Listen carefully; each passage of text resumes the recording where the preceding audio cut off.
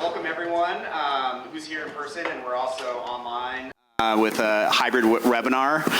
Just for the folks online, this is our first attempt at doing a hybrid webinar panel, so I think it'll work, but you know, never trust technology too much. So yeah, thanks for coming, and we're excited to have this panel here. I'm Aaron Wilson. If I don't know you, I'm a planner here at the city, and I do transportation planning, but in my spare time, I'm also the president of the Montana Association of Planners, and we're really excited to partner with the City of Missoula and our Missoula growth policy team to present this panel to talk about housing and land use and the changes that are happening and the code reform efforts. And we have some guests here from out of state that we're really excited about to talk about this. So I just want to do this quick introduction of the panel, and then I'm going to turn it over to Aaron Pehan, our CPDI director, to facilitate the conversation.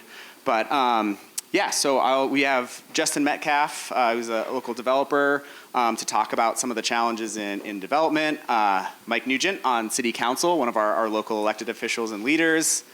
We have Brittany Palmer from the North Missoula Community Development Corporation, kind of for the nonprofit perspective and also thinking about affordable housing. Andrew Hagemeyer on the end, who is also on the Montana Association of Planners. He's our legislative liaison and really the mastermind behind the Montana Miracle, or one of the masterminds behind the Montana Miracle, if you've heard about that. And then we're really excited to have Angela Brooks here. Angela is the president of the American Planning Association and has joined us for our conference that we just wrapped up in Lewistown, and has been working tirelessly on behalf of the American Planning Association on housing and code reform and all the issues that we're facing across the country. So we're really lucky to have Angela here to join this conversation and talk about national issues and what's happening here locally and in the state. So yeah, with that, if we can have a round of applause for welcome our guests here for this panel. And I think I will turn it over to Aaron, but just keep in mind the theme, one of the themes that we want to cover here is that it takes a planner. This is something with the Planning Association that we really focus on, that planning requires a lot of work. We have really talented professionals both here locally and across the country, and planners do really tireless work to try to think through how do we solve these problems in our communities. And this panel discussion, I think, will give us as planners and those on the panel a lot to think about and tools to use to help solve these challenges around affordable housing. So with that, Erin, take it away. Thanks, Aaron. So my name's Erin Pehan. I'm the Director of Community Planning, Development, and Innovation with the City of Missoula. And our department has the overarching mission of promoting equitable growth in a resilient and sustainable community. And we do that through policies and programs like our Affordable Housing Trust Fund, our work around houselessness, and our work around climate resiliency. And we also do it through the built environment, development, planning, building, code compliance, and inspection. I am acutely aware that it does take a planner because I am not a planner. I am by education and prior profession a licensed clinical social worker who's specialized really in community development, community organization, and community change. And so bring that experience to what is really kind of a land use revolution. And thankfully I am surrounded by, I think, a little shy of 20 absolutely brilliant planners in our department that have a variety of experience, both educationally and professionally, and background. And what I'm always struck with is the sophistication and the thoughtfulness of their work and how they approach growing our city in ways that reflect our values. So today we are going to talk through a series of questions and issues that face our community around growth with all of our expert panelists. And hopefully we will have an opportunity to touch a little bit on our Missoula, which is a comprehensive growth policy update and code reform project that the City of Missoula has undertaken. We are kind of nearing some really critical points within that project. Within the next 24 hours, we will release our land use plan, which is our new iteration or vision around our growth policy planning for the City of Missoula. This land use plan will lay out our values, our goals, and our vision for how we grow through 2045, and it will also be in compliance with the state's Montana Land Use and Planning Act, which was recently passed during the last session. We also, in a parallel track, are working on comprehensive code reform. So that will provide our community a unified development ordinance. All of our codes that touch private development will be in one place. It will be streamlined, it will be graphically rich, and it will remove a lot of the conflicts that we have in our code today and a lot of the barriers that we have to achieving those vision and values and goals outlined in the land use plan. And so we hope that all of you will be engaged in that land use conversation, the land use plan conversation, and that you enjoy your weekend reading, because it's a long document. So, and with that, we will jump right into our questions. So first, we want to spend a little time framing the problem. And so I'll direct this question initially towards you, Angela, and then maybe we can hear from Brittany and Justin on a local perspective to this. So, Angela, what are the challenges that zoning and land use regulations pose for affordable housing today? Great. Well, first, thank you for having me. It's been amazing. This is my first time in Montana, and I've gotten to see a good chunk of it driving from Lewistown here, and I got a tour earlier, so congratulations on the work that you guys are doing. You know, I've had the opportunity over the last year and a half to really travel the country and really talk about zoning reform, but I'm also a recovering affordable housing developer, so for a good chunk of my life, I sat on the other side of the table dealing with planners and land use regulations that hadn't been updated in my actual lifetime, and that really zone for housing that we don't currently live in. And so, you know, it's been an interesting kind of conundrum to be talking about the need to really update zoning regulations and zoning reform around things that are very near and dear to people and the personal feelings that people have about that. And so what we're starting to see a lot is across the country is people really starting to think about increasing housing supply. And certainly, I mean, my focus in my career has always been affordable housing, but you know, we're missing a lot of units in general, which does certainly impact affordable housing. So one of the things I do in my spare time, as Aaron mentioned, for him, I'm on the Chicago Zoning Board of Appeals. And so I will say, I sit on a board that is an impediment to affordable housing quite regularly because the process really is not affording the opportunity for a lot of those to get through kind of the permitting process and the engagement process. And so one of the things I talk about a lot is, as planners, one of the things we should be planning for is affordable housing. And if there are zones and there are types of housing that we want, we need to make it easier to get through our processes. And so if there is, I won't use a shelter because that's people have very strong opinions, but if there is a mixed use development that might be scalable in a community currently in Chicago in a lot of zones, there needs to be a special use permit and there's this public process, which adds on time, adds on cost, which we don't really have the benefit of on an affordable housing deal. We don't have extra money and we certainly don't have extra time. And so some of these processes that really are well-intentioned, I suppose, maybe not, depending on how you look at it, but certainly are important, aren't being utilized in a way that really support the types of development we can actually plan for. So when we're doing our comprehensive plans and we're establishing where these things should be, if we think that is a priority and if we have done the data and we have the planning for it, we are not making it easier for those things that we think should happen where they should quicker. So that would be one of the big things we talk about, and then I'm sure we'll get into some of the other ones that I'm sure many of you are dealing with the Montana Miracle and the implementation of that here. I can go. I see a lot of people I recognize, which is fun. Thanks for coming. For those of you who don't know, NMCDC, we're a community land trust organization, so we remove land from the speculative market and then develop it according to the highest community need rather than the highest financial gain. And it's been interesting because we also do a lot of community engagement and organizing and advocacy in support of equity among neighborhoods. And Missoula's neighborhoods right now, I think in part because of zoning, we have a working class neighborhood, or we have 3 defined invest in health neighborhoods that are traditionally more working class. And we think that the whole city should really be accommodating to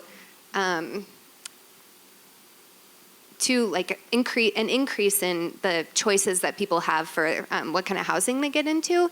And so we got into kind of advocacy work around the zoning code reform, partly because it's just such a great opportunity to participate, and also because our homes are affordable and income restricted to folks earning mostly 80% of the area median income. Some projects go up to 120% of the area median income. And there's such a huge gap between, like, we used to say that community land trust home ownership is a stepping stone to market rate home ownership, but the gap that people have to jump to get to market rate home ownership and free up one of those community land trust homes is just so great at this point that we know we really need to increase the types of housing in all of our neighborhoods and lead to more choice for residents. So I think that maybe got out some of the local stuff. That's at least why we're here. Yeah, no, I agree, and thank you. In my career, I've been almost 30 years as an affordable housing developer, Big A, which is subsidized housing, apartment housing, utilizing federal tax credits. That makes multifamily housing available for people earning up to 60% area median income in general. And when we talk about affordable housing, we can talk about that, or we can talk about what I call smaller A, which is where do you go if you want to move out of CLT housing? Where's the next step? How can you get into that home? And I think as Missoulians, I've been here since I was 18. I've watched our housing become unattainable, and I've watched that become a frustration for all my friends. And it's led to kind of our shift during COVID, like, well, let's try to build some homes in Missoula and make them at that price point that you can kind of jump into. And what does that look like? How do we do it? What's available? What is not available in terms of funding, subsidy? And it's been a really interesting ride, and we're really enjoying it. And we're actually really almost ready to come online, which is exciting. But in terms of planning and how, big A affordable housing and small A affordable housing get impacted by planning, I mean, planning is what drives everything, right? In America, we don't leave it up to developers to do what they want on the land according to what they think is best. And I can tell you every developer wishes that we did it that way, other than me, honestly, because I'm a community member first. And if you do it that way, I've been to those communities. I've operated throughout the United States for most of my career. We're really only focused in Montana now since COVID, but you go to those communities where developers drove the train, and the community's off the rails in lots of ways. Planning matters. Planning can also be really tedious, and I've worked in Chicago, and it can be an impediment to getting things done. But there is a sweet spot, and planning's critical, and it's better to be, more burdensome than it is to be less burdensome, in my opinion. So I think I celebrate all of our planning efforts that we have in Missoula. We do a very good job. We're pro-study heavy, meaning we spend a lot of time and money on commissioning studies that we can learn from and then put into motion. And this opportunity to redo our zoning is a once-in-a-lifetime opportunity. And I'm really excited about it. I've been able to sit on the Citizens Advisory Board with some other folks, and I think it's really going to improve our quality of life over the long term in Missoula and as we expand into Missoula County. Thank you, guys. So we might transition, I think, a little bit to talk about statewide efforts and some direction that we've gotten from the state in the last year in the Montana Land Use and Planning Act to start to address some of the issues that we do have, some of that tediousness. I know, Justin, your subdivision took a long time, as subdivisions do. And so we have some efforts, some statewide efforts through the Montana Land Use and Planning Act to start to address some of that. And I wonder, Andrew, if you can talk us through some of that. Yeah, I think you hear about the Montana Miracle a lot. It got a lot of press over the course of the past year. It's really a package of different bills. A number of them are focused on zoning reform. But the real big keystone bill out of that was Senate Bill 382, the Montana Land Use Planning Act. The Montana Land Use Planning Act is a actually really strong pro-planning piece of legislation. It was actually conceived of by planners. It was drafted by planners. It was carried at the legislature by a planner. That's a senator, Senator Mandeville.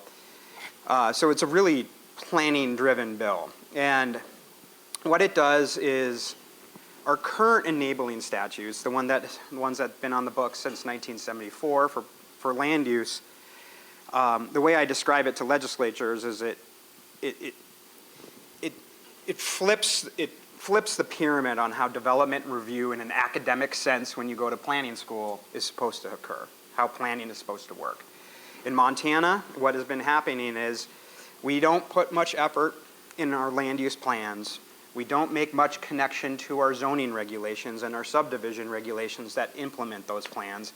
And then we put a ton of emphasis at the tail end of the process on development review. So what that creates is a disjointed process where when Justin has to go through a subdivision, he first might need a growth policy amendment, which has a whole set of criteria that he has to get evaluated by. And then he needs a zone change, which is a whole different set of criteria that has nothing to do with the growth policy criteria that he has to get evaluated by. And then he has to go get a subdivision, which has a whole different set of criteria that has nothing to do with the zoning criteria, nothing to do with the subdivision or the growth policy criteria. So I did math on it, and it was something like 17 different criteria that he'd have to go through that aren't related. So it creates a very subjective and difficult process for people to navigate. It's not good for Justin. It's also really not good for the public. These growth policies are your vision of what you want your community to look like. And there's not connection between the vision that you create in your growth policy and the implementation in our zoning and our subdivision regulations. So they aren't working for our communities either. So a group of planners back in 2018 was actually at a conference, the Montana Association of Planner Conference in 2018. We sat down and we said, this isn't working. What do we want it to look like? And that's where the Montana Land Use Planning Act was sort of born. So what it does is it really strengthens the importance of your planning process. Probably the most important thing it does is it gets rid of the term growth policy and calls it a comprehensive plan. So it really elevates the importance of your vision in your community of what we want land use to do. It's much more focused specifically on land use. Like growth policy statutes are kind of all over the place. And what it does is it increases the amount of analysis, it requires public participation, it requires you look at housing, and it requires implementation, something that our current statutes don't do. It actually says, hey, if you say this is how you want to grow, you actually are required by statute to update your regulations to implement that vision, which wasn't the case. And then, as a result, Justin comes in, and he's got a development project that meets the community's vision, it meets the regulations, it's a very simple process for his development to go through. So it flips that pyramid. It it makes it the right direction. And it's really putting the development review, the planning process back the way it needs to be. Thanks, Andrew. Do you want to add? Yeah, I first met Andrew before I was an elected official or anything, but I really love hearing him talk about planning because it's kind of fits with what I think a lot of non-planners who are involved in the planning and development process really feel, which is it's okay for a plan and regulations and all that to be thorough as long as it's accessible. And so, I mean, I got to disagree with the burdensome because I have to get elected. But, but I think that kind of front end and kind of saying, as a community, let's participate in what we want to be and how we want to grow, and then make it easier to achieve that once we've made those rules makes a lot more sense. Because as somebody who sits on a body that has to deliberate, there are a lot of things that get sent to an elected body that really shouldn't be, in my opinion, because the decision then comes out of the realm of just what are our rules, does it apply, does it make sense, yes or no, and gets shifted into what is popular, how do other people feel, and that opens us up to a whole lot of liability, much less, it's really not a good way to do planning, so. Absolutely. And, you know, one thing, I'm relatively new to local government. I've been there 8 years. But my prior career was in the nonprofit sector. One thing I learned quickly about local government is we don't like to be mandated by the state to do anything. we like to set our own local policy that works for us as a community. The one reason why the City of Missoula got behind the Land Use and Planning Act, and we were very excited about it, is it provides us a menu of options that we can tailor to the specific needs of our community. And so this question's for you, Councillor Nugent. I'm curious what you're hearing from our community in terms of kind of values or how local land use regulations and zoning need to change to better support our community. Yeah, you know, I think that the big risk in local government is you don't know what you're not hearing, but we also aren't sure who's paying attention. The bigger challenge for us on council and really staff and everybody as we're doing this tremendous outreach process, and what the county did, you know, a few years in front of us, is trying to not only identify areas of concern or problems, but help an uninformed public understand why it matters to them. So when I talk to, you know, a grandmother who is sad because her child has moved away because they couldn't afford to live here, and that means her grandkids have left too, it's like, okay, so how does that connect back? And I think that just given the skyrocketing prices around Missoula, both in the rental world and the home ownership world, that people are really starting to see that in a way that we weren't before. And I think about the pro-housing group and the coalition of people that have come together that even 3 or 4 years ago, I don't know that would have existed in Missoula. But what happened during COVID and the amount of people that have moved into Montana, I think have really highlighted why we need to be having this conversation. And it's really fun that Missoula was on the front end of this. Even before the state told us we had to make changes, we were already doing that. So. Absolutely. Thank you. We do like to think of ourselves as quite unique in Missoula, but I also know that there are innovative planning strategies happening across the nation that are really working to effectively integrate affordable housing into existing communities. We have a lot of communities in the Rocky Mountain West that we watch closely, but Angela, I'm curious if you have thoughts about what could work here in Missoula. How could some models or planning strategies, maybe even in more rural communities, be scaled to communities like ours? I knew that one was coming, and I still don't know that I have a good answer. But, you know, I spent a lot of my career doing mixed income housing, and I really do think integrating housing incomes create better communities. And so when I was at Chicago Housing Authority, that's pretty much what we did with the demolition of pretty much all of our 100% public housing and creating mixed income communities. And it's not to say that's the end all be all of everything, because there's a lot of work that comes with that, because I'm a market rate tenant and I don't actually talk to my neighbors. So I think in some ways we thought that was just going to solve everything. And, you know, we just do think we're just weird now. We don't talk to our neighbors like we used to. But I do thinking about looking at mixed incomes and looking at a diversity of housing types in communities. So obviously you wouldn't be building like the 200 unit stuff I did, but duplexes, row houses, and 4 flats and things of that nature are really good ways to add scalable type housing topographies. My parents, although I'm from Seattle, my parents are both from rural southern towns, and those are the type of housing that existed back in the day. You know, we had that, and that wasn't a big uncomfortable thing. There's too much density or there's too many units. So those are things that were happening really big. You know, I think for the longest time, my great uncle lived in we call it an ADU now, but before it was just the building in the back of the house. But these are the types of ways we lived in previous generations that we got away from, that I do think is how we have to start looking at increasing housing diversity. And so the more we can increase housing diversity in our communities is a way to really start addressing that. And we're starting to see that. And Colorado has done some really cool things,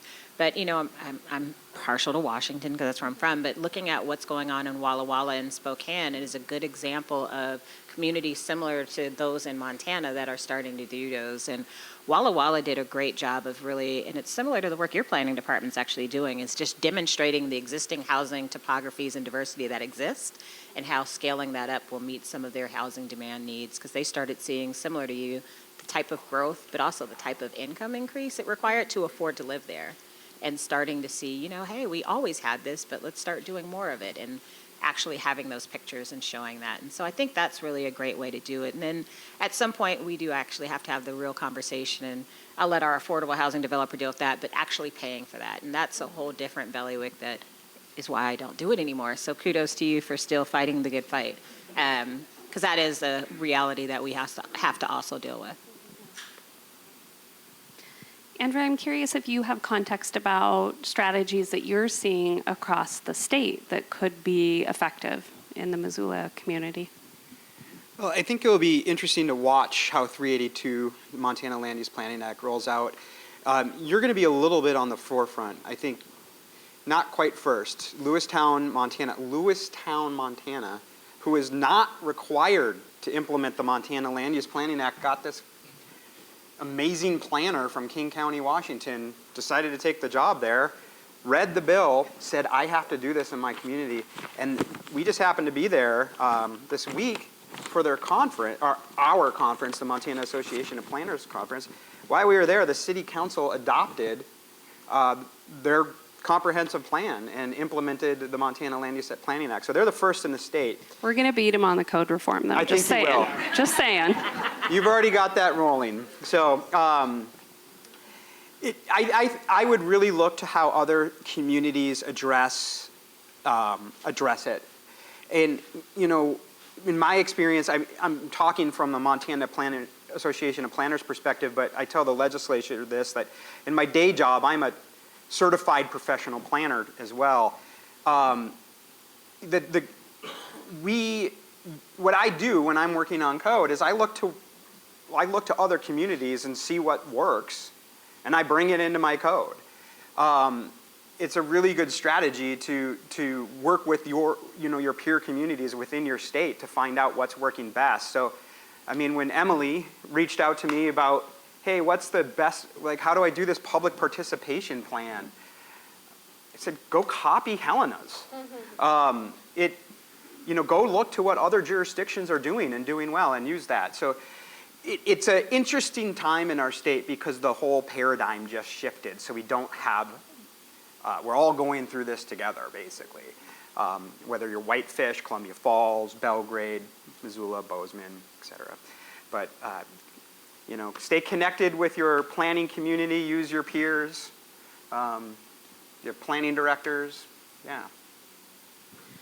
Brittany and Justin, I'm curious, I know NMCDC works mostly locally, but you have colleagues in similar CLT models working across the nation. Justin, you guys have experience in just about every region across the United States. Are you guys seeing strategies, could be specific to the type of development that you're doing or otherwise, that you think are working really effectively and are things we should consider here?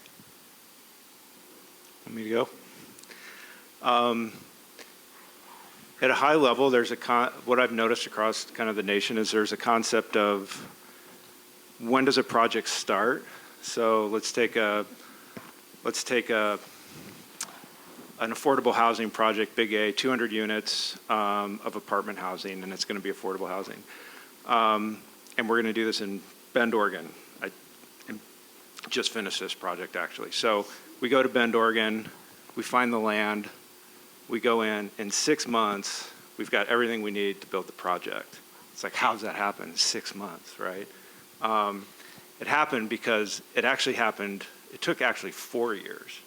But the 3.5 years was done by the city. And they did that work by taking the land, bringing it into what they called their growth policy, redoing any zoning that needed to be done, figuring out what they wanted where, and then saying, okay, we're done, we're ready, bring in the people that are, going to build it. There's a risk with that, which is pretty obvious, which is you design it and they don't come. But in that instance, it works really well. And in terms of, planners getting together, I think, all developers and elected officials that, we should all be chatting. But that worked really well. So in relatively short order, we were able to produce that project, whereas Beaverton, Oregon, similar project, coming up on 4 years, right? And we're still like kind of bouncing around, not really getting struggling to bring that project to fruition. And affordable housing is their number one mandate, right? So we struggle with this throughout the country. The other thing I'd say, which again, I don't think is the direction we want to go, is in small rural communities throughout America, you can get whatever you want done very quickly. That can have unintended consequences in my opinion. So I, again, am pro-planning. And in our larger cities, call it 50,000 people and up, I think Missoula's in a really sweet spot. I think we're really wanting to go in the right direction, and I'm really optimistic about the future. And in terms of takeaways from other places, I've got a list that I can kind of share, but it's more technical. But at a high level, that pre-planning can make a big difference, I think. I guess I could just add, so NMCC organizes a group of a coalition called Pro Housing Missoula, which, can you raise your hand if you've been to one of our events or get our emails or something? Just there's a lot of folks in the room, which is so sweet. And we didn't plant everybody there, which is nice. I think we're, people, like you said, Mike, people are actually getting interested in this. And there's a few other groups in the state who are similarly kind of organizing support for this very technical thing. There's Shelter Whitefish and Bozeman Neighbors Welcome, I think is what they're called. So I don't know, and I think that's interesting, and I think all of us kind of advocating for similar things like increased intensity of use in the urban core and relaxed parking mandates and some changes to the setbacks and heights that make developing within the inner core of our cities more simple. Is something that all of us are looking at a little bit. I have one follow-up on that too, and that's excellent. One thing I forgot to mention, which you touched on, is funding. We don't have funding in Montana to do affordable housing at the state level, and we had the opportunity and it got voted down. So in Oregon, by example, where I mentioned those projects wouldn't have happened with about $50 million in soft funding from the state, so from the taxpayer. It's billions of dollars that they're raising from their taxpayers to create affordable housing in every community in Oregon. We don't have a dollar. So the developers in Montana bootstrap, and we work different ways and partner different ways, but we can't scale in the same way that communities in Oregon can, simply because we don't have access to that funding. So as you keep an eye on Helena, there's only so much that local money goes. Like we have an affordable housing trust fund and some other things which are great, but to scale, truly scale, it needs to come from your state legislature. So just something to keep in mind. Yeah, and I mean, just to kind of add to that, I think being in Montana, that what you just said is why it's so important to not let the tools that we do have and the things that we do utilize be ignorantly attacked, frankly, for lack of a better word. And I think the city of Missoula does a very good job with tax increment financing, utilizing that and kind of partnering with private developers to build a tax base so we can do things like contribute over $1 million to the Bellagio project that's 200 plus, affordable units. And you're right. I don't know what we can do to get people who don't see the direct impact but sit in the legislature to understand the why on this a little bit more, but I think you're spot on. And then maybe to add just a little bit more to the what's out there, I think that it's always fun to kind of see what other places in the country are doing and see if it works and see if it's creative. And you talk about things like pre-approved plans and other things like that. And sometimes that stuff might work in a place like Montana, sometimes it won't. But one of the things I really would like to see us be even more aggressive on than we are through these new bills from the state legislature and through a new code reform is to give staff more ability to get yes without having to come to the city council or the county commissioners or whatever the elected body is and ask for permission for a variance. And there are ways we can do that and still protect, the integrity of projects. Like there's a scale of if it meets 6 of 8 or something like that. And I think that is something that we should really continue to look at and find barriers in state law and eliminate them. Because like I said, if a project has to go through a council hearing, I mean, you're adding months to it, you're adding a bunch of time, you're adding a bunch of money, and there's a huge unknown because it's kind of like the mood of the moment.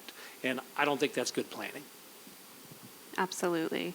And I think a common thread in what I heard in a lot of these examples And actually, I listened to a very interesting piece on NPR on my commute home last night about Montgomery County in Maryland, and they have, others nods, others heard, they've stopped waiting for the feds to figure it out, and their local government has found a way to use their access to credit to engage in very low interest lending directly at the city level. It takes a lot of sophistication, it takes access to credit, but there are ways that cities and counties across the nation are providing access to financing directly to developers for kind of mixed use, cross-subsidized projects that don't have to wait for a tax credit allocation or federal funding to subsidize that project.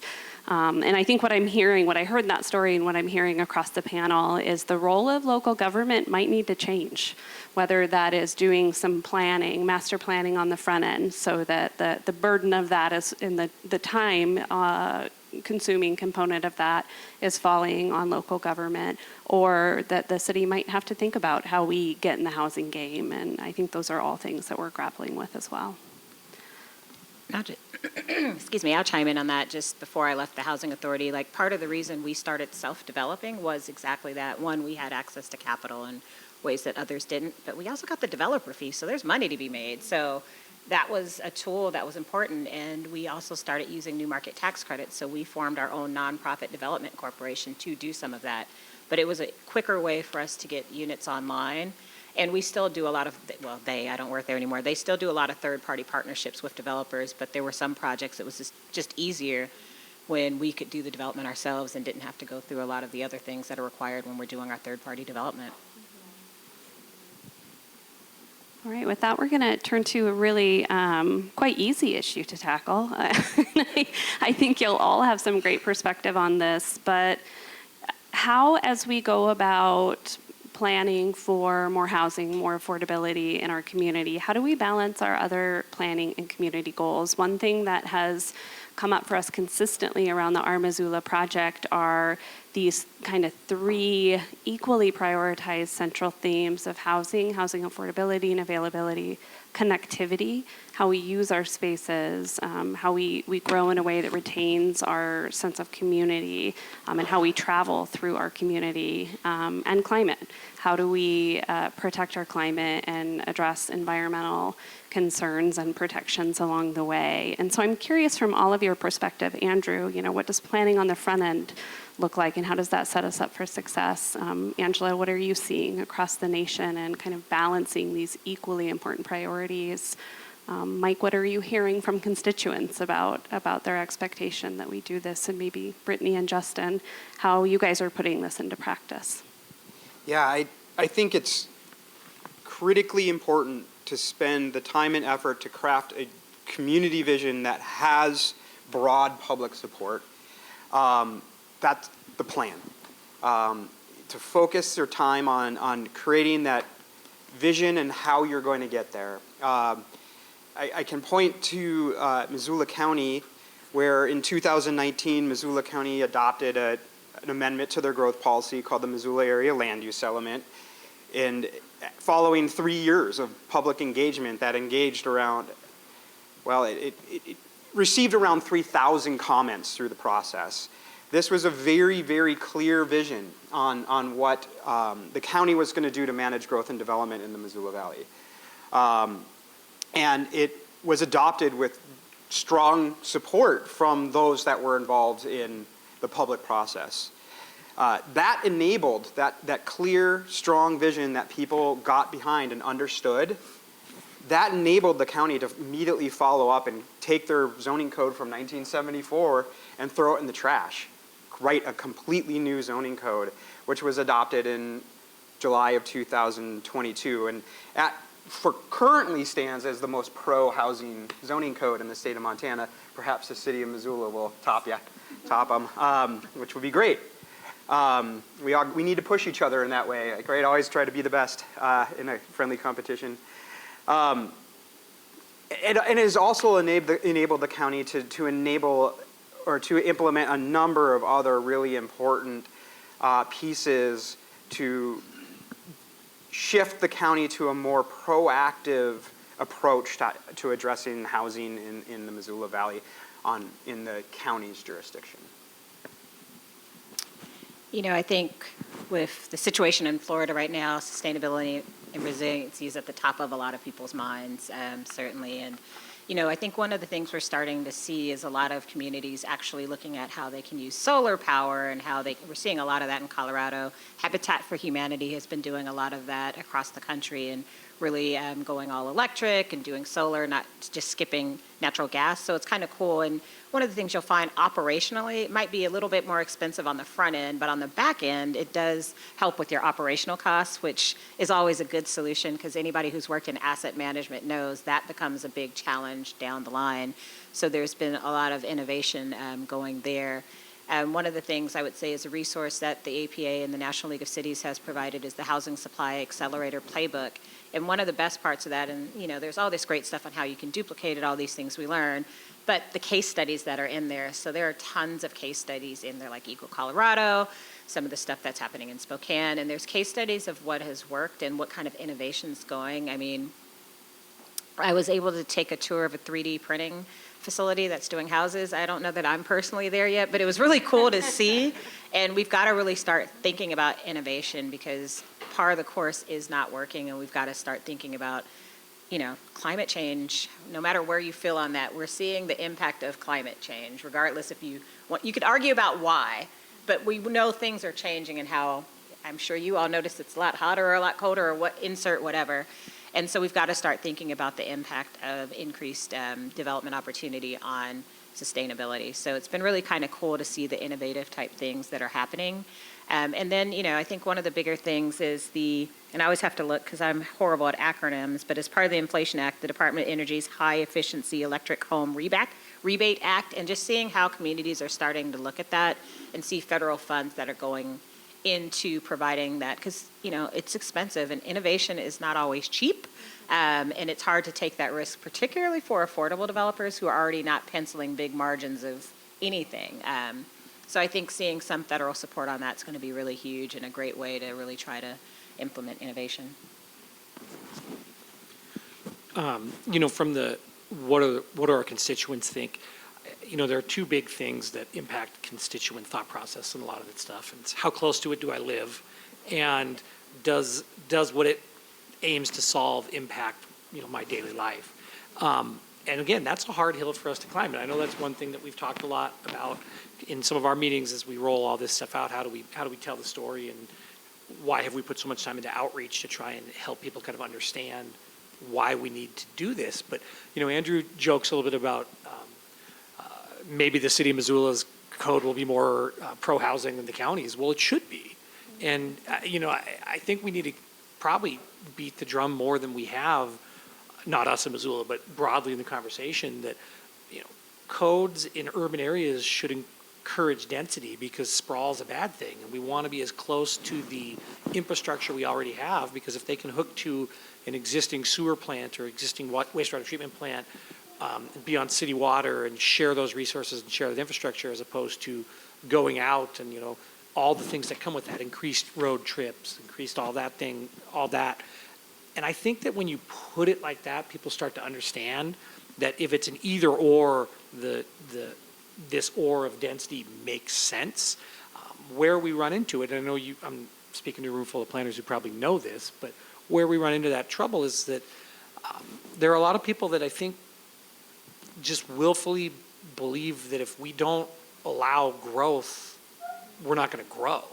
And I think we all know that that's not true. It just changes who can live here, and that opens up a whole host of, you know, equitable issues, and both for people coming into town and for people who have grown up here and lived here. And that, I think that story repeats itself over and over again, no matter where we are in the country.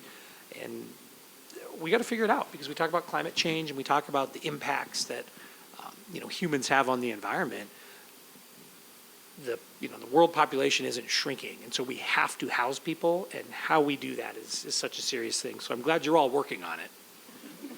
Yeah, I just want to emphasize a couple of things there. I don't think that our plans are in opposition to one another. It feels like with progressive zoning code reform, we can really solve some of our climate issues and solve some of our equity issues too. Like the City of Missoula has put a lot of effort into doing JEDI work, like justice, equity, diversity, inclusion work, and also like the equity and land use report is a document that we've also that we also have to point to. And I mean, I was in the tenants union up until recently, and am I'm in community with a lot of tenants, and I think like for them, like the community has already changed, and so when we're thinking about fear that the community is going to change, for a lot of folks, it already has changed, especially for those who don't have the benefit of owning their home and seeing their equity rise, and so I think for a lot of the people that I'm in community with, it's like this is still an urgent issue that requires like a sense of urgency that rises to the occasion. All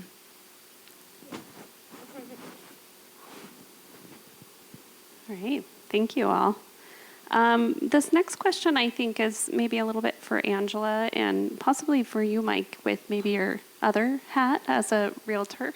I'm curious about your thoughts of how local government can collaborate with national organizations to address the affordable housing crisis, and what role should federal policy play in supporting those efforts? Yeah, I kind of alluded to probably one of the greatest things that I've gotten to participate in as president of APA, and that's the Housing Supply Accelerator, which really was getting all of the people who could impact housing in one room. So it was a partnership between APA and the National League of Cities, which for the most part is similar to APA but represents electeds. So it was great to have the electeds in the room because that's a conversation, it's just two different perspectives. But we also had the National Association of Home Builders, the National Realtors, the Mortgage Banking Association. So we got to have a series of somewhat heated discussions for about a year and a half. But we were able to come up with the Housing Supply Accelerator Playbook, which are actionable steps communities can take to increase housing supply in their communities. And so it was probably the biggest partnership I've participated in professionally with people who very often are not on the same side of the table or an issue with me. And why it's helpful for you if you're using the accelerator, some of the conversations you're going to have, we had. So a lot of those actionable steps, they were already debated. And the most important thing, it was like a nonpartisan group. We had planning directors and planners from large and small cities. We had elected leaders from every region in the country, both sides of the aisle. So it was a really collaborative type effort. And I say that to say that it's something that can be duplicated in communities. Obviously, the playbook has some actionable steps, but it's also a model that you could kind of follow in your own communities. Very often, I'm starting to see more realtors on the side of some affordable stuff. That wasn't always the case. I just spoke at the Illinois Realtors Conference and did a whole session with them because I didn't realize how many realtors didn't understand zoning. Because I just always assumed they did, and so, and they certainly should. The good ones do. They don't. So we had Zoning 101 because they're starting to understand the impacts of that on the work they do and understanding the numbers, right? More housing means they get to sell more. But it was very eye-opening to me because as a career planner and actually an affordable housing developer, it never dawned on me to go offer my expertise to them. And so it was just a reminder that as planners particularly, we have a set of expertise that impacts a lot of fields. I mean, we know we're interdisciplinary, but I don't think we're very intentional on sharing some of our knowledge. So it's really important that we do that and we bring people into the room. And it actually sounds like you guys here in Missoula have done that, which is probably why you guys are moving the needle so succinctly on some of the really progressive things you're doing around zoning reform. You know, it's actually kind of exciting to be up on a panel with you because I was at a real estate conference in DC in May, and I sat in a conference in a committee room with about 200 people and learned about the Housing Accelerator and that whole effort with everybody who was involved. And then the next guest was Governor Gianforte talking about the Montana Miracle, which I have lots of thoughts on maybe the premature celebration. But I think it's just really interesting because I think you're right, and I think there is more of an appetite to kind of collaborate and work together to try and find solutions. And this is also such a huge role that government plays at every level is kind of being that arbiter of a little bit of trying to find the balance, because there are definitely people in the private world that would say, as you talked about, just remove every regulation, we're going to figure it out. But that alone is not going to solve any of our problems. And, you know, being someone who's worked in the private sector of the housing world in Missoula for quite a while, one of the things that's drawn me to be on like the Housing Authority Board and run for city council is we have to have everything. So the work that Brittany's doing and the work that, you know, so many other organizations are doing kind of fits the we need every solution. And, you know, the private market alone isn't going to solve these problems, but it has to be part of the solution. Just like we can't possibly subsidize our way into solving all the problems because not everybody qualifies for subsidized housing. So, you know, finding ways to work together.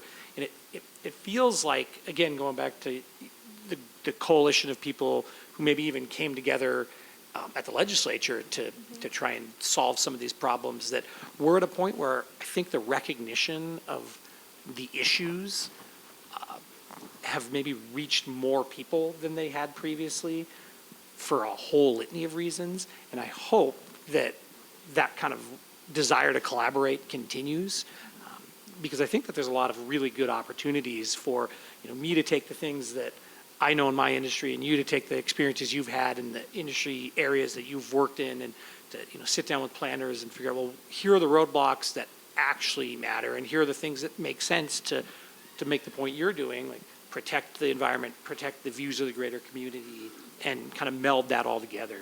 So I think maybe the really short answer that I should have given to begin with is we're at a point in this country where we have to do it that way, because no one answer is going to solve it. The long answer was good, so.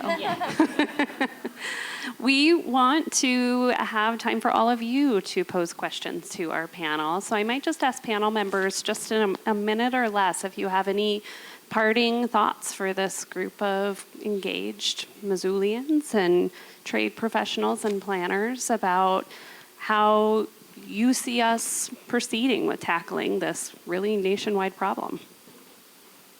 I can hop onto what Mike said. Like, one thing that we love in our office is Shane Phillips' book, The Affordable City, where he talks about supply, stability, and subsidy being needed.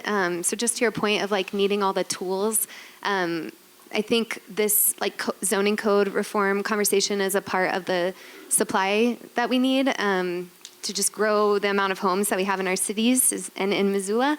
And then we also don't want to forget about subsidized housing for people earning less than the area median income, or you know, tenants' rights for folks who may be more at risk for displacement in the face of like easier redevelopment of existing naturally occurring affordable housing. So I don't know, I guess that's a plug for both that book and also just for just echoing your point of using all the tools that we have and not leaving the market out of the conversation. Yeah, I'll go next. I think to build off what Mike was just saying is, you know, this is a wicked problem, the housing problem. It truly is a wicked problem, and you know, the Montana Land Use Planning Act, from a planner's perspective, it's a big damn deal. It's not going to fix the housing crisis. It really is going to take a magnitude of different tools, right, Brittany? It's a magnitude of different approaches. Zoning reform alone isn't going to do it. Subsidies alone isn't going to do it. Infrastructure funding alone isn't going to do it. So we need to create a big tent coalition. You know, the Montana Land Use Planning Act doesn't pass if it wasn't for the League of Cities and Towns, without the Montana Association of Realtors, without the Montana Building Industry Association. It doesn't happen. Planners didn't do that on our own. The Housing Supply Accelerator, one of the organizations that I'm most excited about being on it is the bankers, because the bankers have a role in this too. So that's my parting words. Big tent.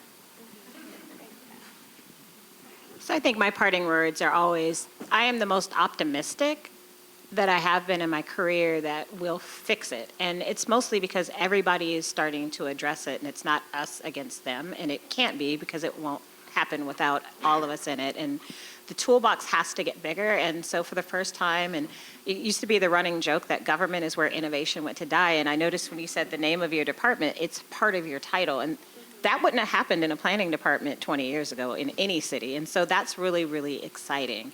And we get to be innovative, and we've got to be. And so, my parting words for you all is you guys are leading the way, and that's kind of an exciting place to be, but it's also a scary one. So I congratulate you on taking the risks and taking the leap and having elected leaders. Like, I've got to meet with county supervisors and now some of your city council. You guys have elected leadership that supports the work that you do, and not everybody has that. And you also have a very strong YIMBY community, and that's something that is starting to be helpful and sometimes a little daunting because they can be a little bit aggressive. No. I get more emails from the YIMBYs in Chicago, and I'm on the zoning board. I'm like, how'd you know that's happening? I'm on the ZBA, for God's sake. But it is exciting because I've seen the tenor of the communities looking at, because at the end of the day, we all want diversity in our communities, and most people think racial, and that's not even what I'm talking about, but we're at a point in a lot of our communities now that it's just not attainable. The people who work for your community can't live in them, and that's not okay, and it's not sustainable. And so I think that as we start looking at how we create communities for all and what that looks like, and I do think you're right, we can't forget the continuum of housing. I mean, I work in permanent supportive housing, and so certainly we're crying down on that end. So as we think about the continuum of housing, we absolutely have to think about how do we house everybody? And we're going to have to be really flexible and creative on how we do that, because the tools we've been using haven't updated in my lifetime. And we know that's not necessarily going to work for the types of things we need. But I have more faith than ever that we're on the right path and we have the right people doing it. Yeah, I'd agree with everything you said. The rise of the YIMBY is really interesting because the Pro Housing Missoula group's the most organized group in Missoula as far as regularly touching elected officials and reaching out and making sure that the concerns they have is known. And again, I don't know that would have been the case even a few years ago. And it's fun to see that because it really does make you feel like we have everybody kind of acknowledging the spectrum of issues and the spectrum of problems and working together to try and solve them. And even if that initial solution isn't as much in their area as in another area, it's recognizing the broader need. And the other thing that I'm excited about is if these groups can continue to work together, again, Andrew referenced the bankers being part of that initiative you're speaking of, we could maybe begin to tackle some of our larger issues because honestly, places like Missoula, places like a lot of the West, things like condos should be a good option, but they are so hard to finance from the beginning. They are so hard to build, that we really need to get the federal government to recognize that this is a tool in affordable housing. In fact, this is potentially to be a very big tool in the affordable housing conversation if they could help us, eliminate some of the risk for the initial investor or take away some of the risk on financing a condo. If I purchase a condo, over 50% of the units have to be owner occupied, which is great once they're all sold. But if you're in the first half of the transactions, really they aren't available to people. So I'm really optimistic because of all the things that we're all talking about. I really do feel like there's a synergy to maybe build and identify some of these other roadblocks. Because again, this is something that we have to solve. Like people have to be able to afford to live where they work. And that's something that's true whether it's a city of 5 million or a city of 75,000. I'll be brief. I was working everywhere else for a long time and be back in working in Missoula for the last 4 years. It's kind of a full circle. And the thing that Missoula has that a lot of places don't is our elected officials and our city government and our city staff and our people that work in nonprofits and for-profits, we really know our city. And we're all here for a reason. We like our open space, we like our trails, we like this, we like that. And it all influences the plan. And that's an exciting plan that is in line with the values I think the city has in general that are apolitical, not progressive, not conservative, it's on the issue. And traveling around other cities in Montana, I was just in Bozeman. It's not where I'd want to raise my family. It works great if I was doing something else, but that's a decision they made. And we're making our own decisions here, and I really like it. You know, I mean, I've been here for 30 plus years. It's changed a lot, but it's changing in a way that when people were moving here during COVID, there's people moving here with families from Seattle, wanting to raise their families here. Whereas, you know, single friends that I had from maybe Manhattan were going to Bozeman. They're like, Montana. I'm like, yeah, Bozeman's cool. Go over there. So we're doubling down on what this community's always been about, in my opinion, which is family and friendship and the Garden City, which is awesome. So. Thank you all. I think we're going to switch between questions from folks in the room. We have about 50 or so folks joining us online, planners from across the state, which is really exciting. And so as we'll start with folks in the room, and as you ask the question, I might ask the panelists to just quickly summarize and restate that question so we can make sure it gets picked up by the mics and the folks in virtual world can hear it as well. So if anyone in the room has a question, just go ahead and raise your hand.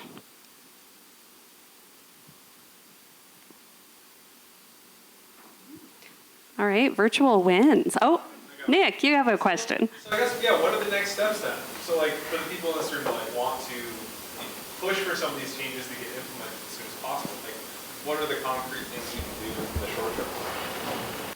What are the next steps? Well, code reform is real big. So, you know, in Missoula, it's a real easy answer because you're going to have a bunch of opportunities to participate over the next 3 or 4 months to really make a difference and push for some of these things. More broadly, and, you know, I think others may be much better qualified to answer this than I am, I think it's being involved in advocating.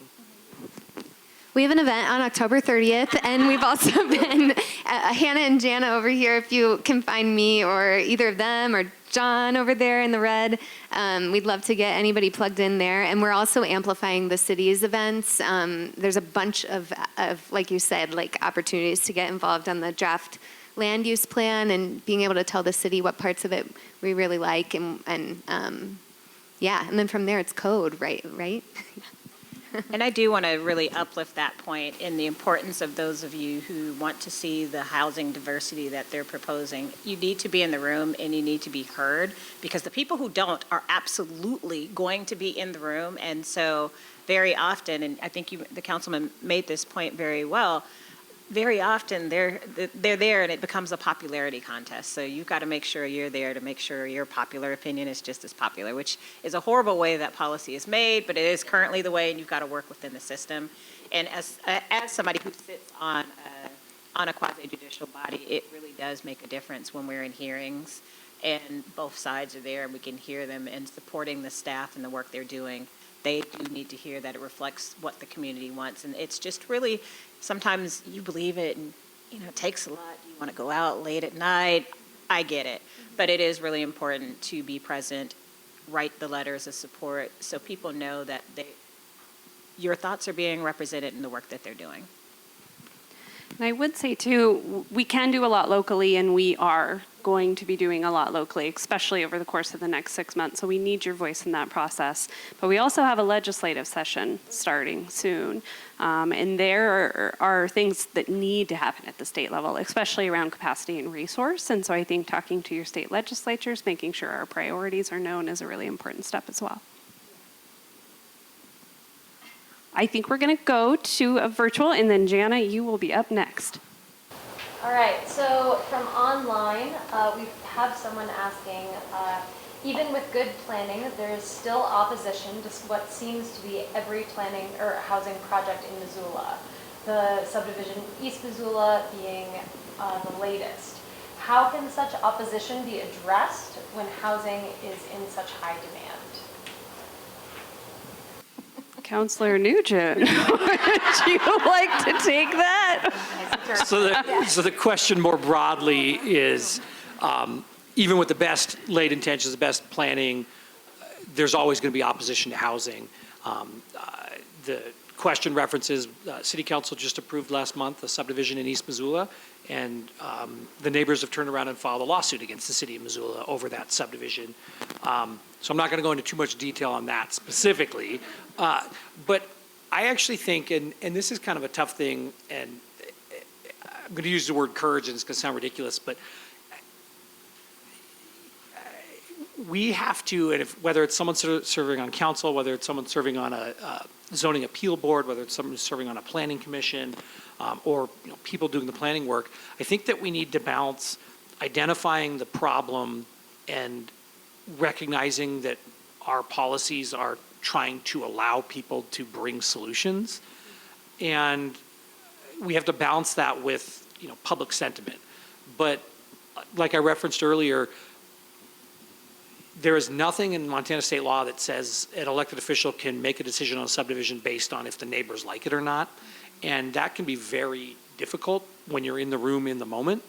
But we have to make sure that the effort we put in early, the planning, the policies, the regulations that we have that basically lead somebody to turn in an application that then gets vetted by staff and given a recommended pass from staff based on that review, we need to make sure that we were thorough in that process so that we can, rely on good decision making. And I think maybe this is where, again, going back to your point, the more clear but precise we can be in some of this stuff, the better off we're going to be. I don't know that there's a great answer for it, except to say there's always going to be objection to growth when it's next to somebody who likes what the condition is right now. And one of my favorite things since I've been on council is when people come in and give public comment against future phases of the subdivision that they live in. Because, what do you think it was before your house was built? So it's interesting because that's always going to be there. And I think we have to recognize that. And that's not to dismiss at all that public comment is important, but I think we have to make sure that we are factoring the whole picture in and the needs of the whole community. So I'll add a little bit to that quickly. I was waiting for someone to say Yeah, try to bail you out. The Montana Land Use Planning Act does take a little bit of the subjectivity that is embedded in our current statutes and puts it in a more objective path.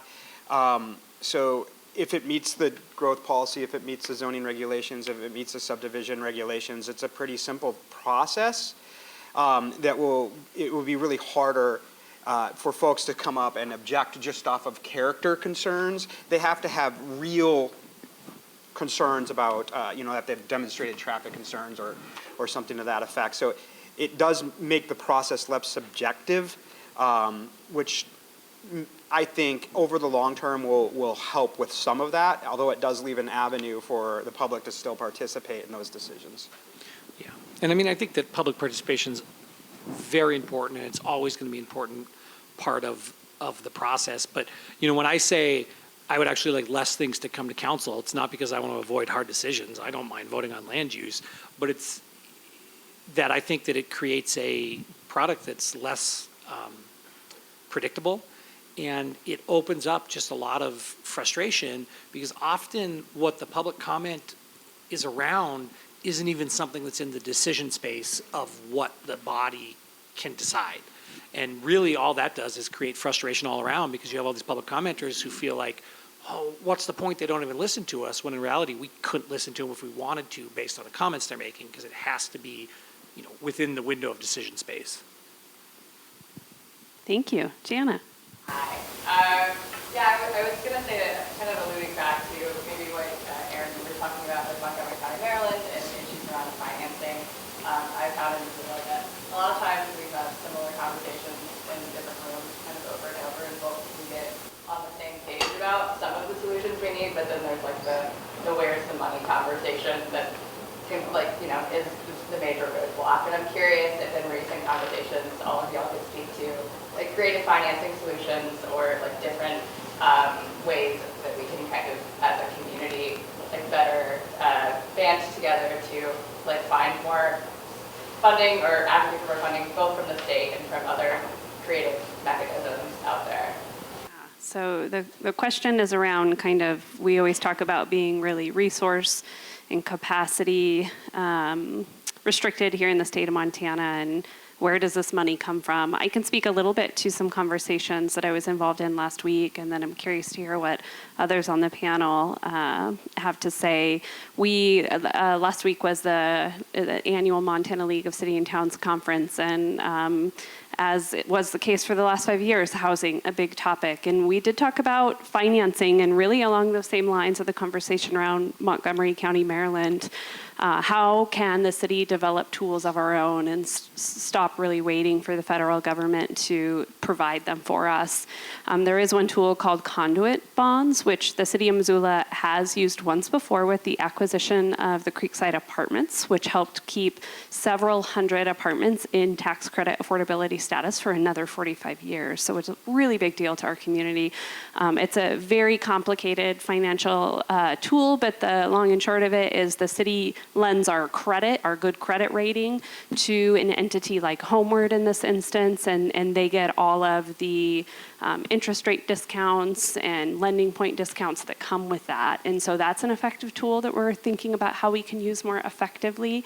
We're also talking a lot about the creation of what would be called like a housing district, similar to special improvement districts that use unique financing sources, typically derived at the local level. There's some risk to cities with that, though. If a project goes bust, the city's on the hook.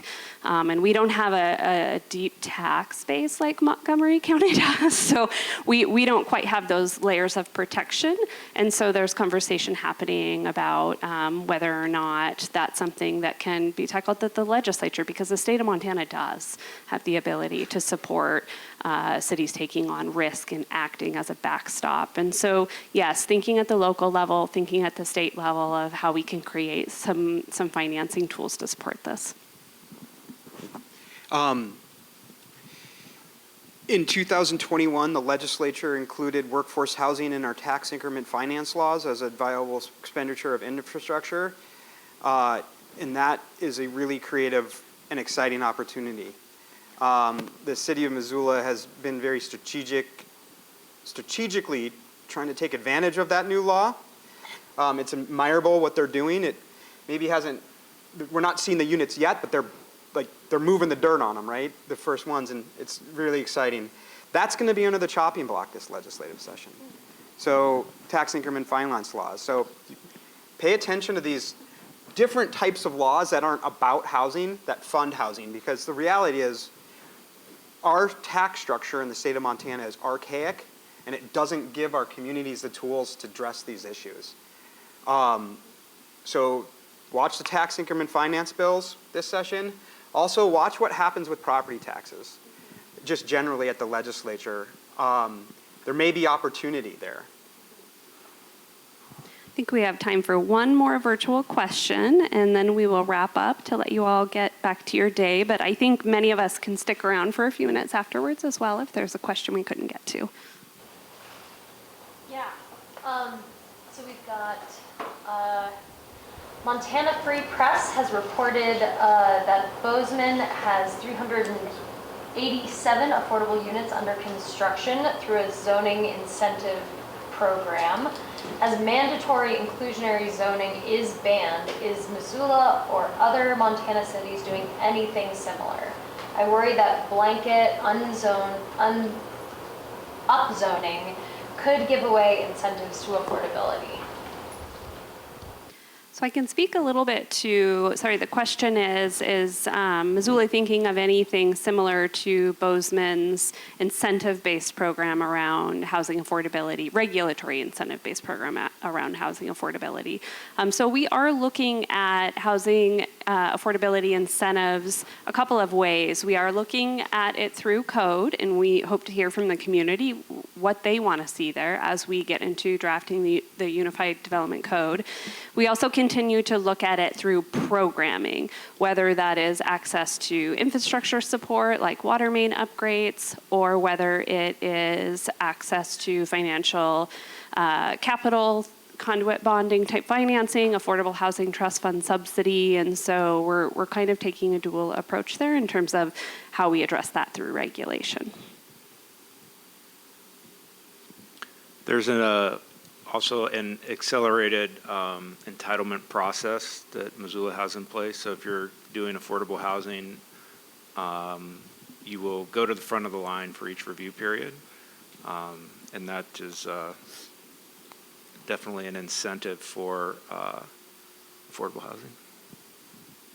And for Montana, for the record, for Montana Free Press, Missoula County also has incentives for affordable housing in their zoning code. All right. Erin, did you want to wrap us up and share any last words?